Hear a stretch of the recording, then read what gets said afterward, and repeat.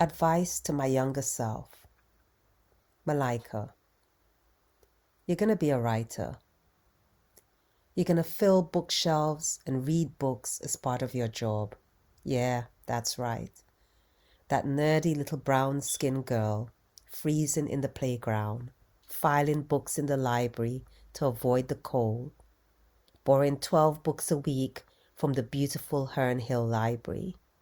That girl is going to be a writer, a poet. Malika, your mother's going to hold a published book by you in her hands. She's going to turn the pages and read her life and self as a Caribbean woman in your words and feel proud. Even though she'll continue to worry that maybe you will starve, but that will not happen. You're going to work in a university like your father, teaching other writers and building a community of writers. You're going to pursue your doctorate. Remember when you were on the outside, relegated to the title of a performance poet?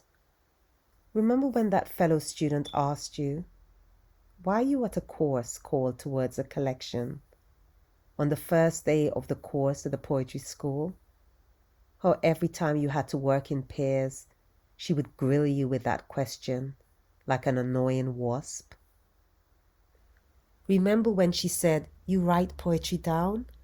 I thought you performance poets made up your words on the spot.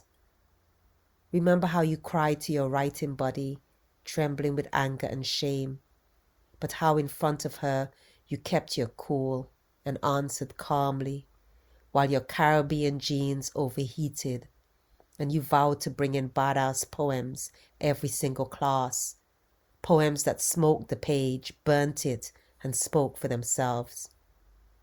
You'll meet her again later on in life, and she will apologize, shamefaced, with honesty, about the small world she had inhabited prior to that course. And that term performance poet will stop being a derogatory term used to marginalize Black poets.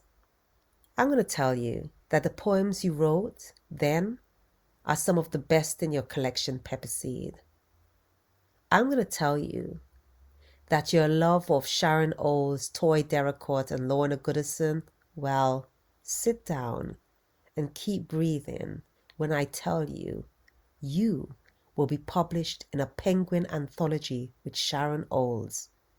Not just any anthology, Penguin Modern Classics. You will be shortlisted with Lorna Goodison for the OCM Bocas Prize for Caribbean Literature. You will go to Cave Canem and work with some of the best African American poets and sit next to Toy talking about poetry and writing. And she will give you worthy lifelong advice. I'm going to tell you that you will continue to agonize every time you write something new, fretting that it will not be a poem, but you will continue. You will finish new work. And just as you stood in the playground using books to escape into language, imagery, characters, and scenarios, so too will you meet people who tell you how your work does the same for them. So, my advice to you, my likes, is to just keep doing what you're doing.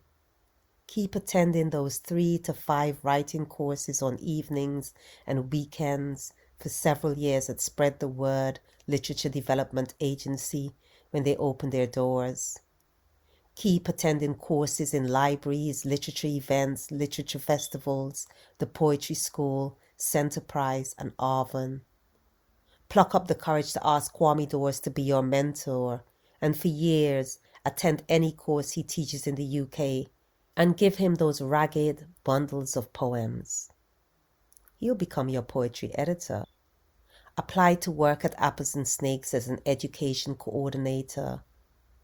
Attend all of the drama and theatre workshops that you can at Battersea Arts Centre. Read poetry. Build a community of poetry friends and advocates like Roger Robinson, Karen McCarthy Wolf, and Bernardine Evaristo. Begin a writing workshop for Black and working class marginalized writers in order to build community by sharing skills, forming lifetime friendships whilst building up their poetic craft, and pass all that you have learnt in your writing classes on to them. Give in graciously when Malika's Poetry Kitchen writers choose to meet every Friday night, and just clean your house every Thursday. But most importantly, remember, this is a lifelong vocation, and your development hinges on all of the sacrifices it requires.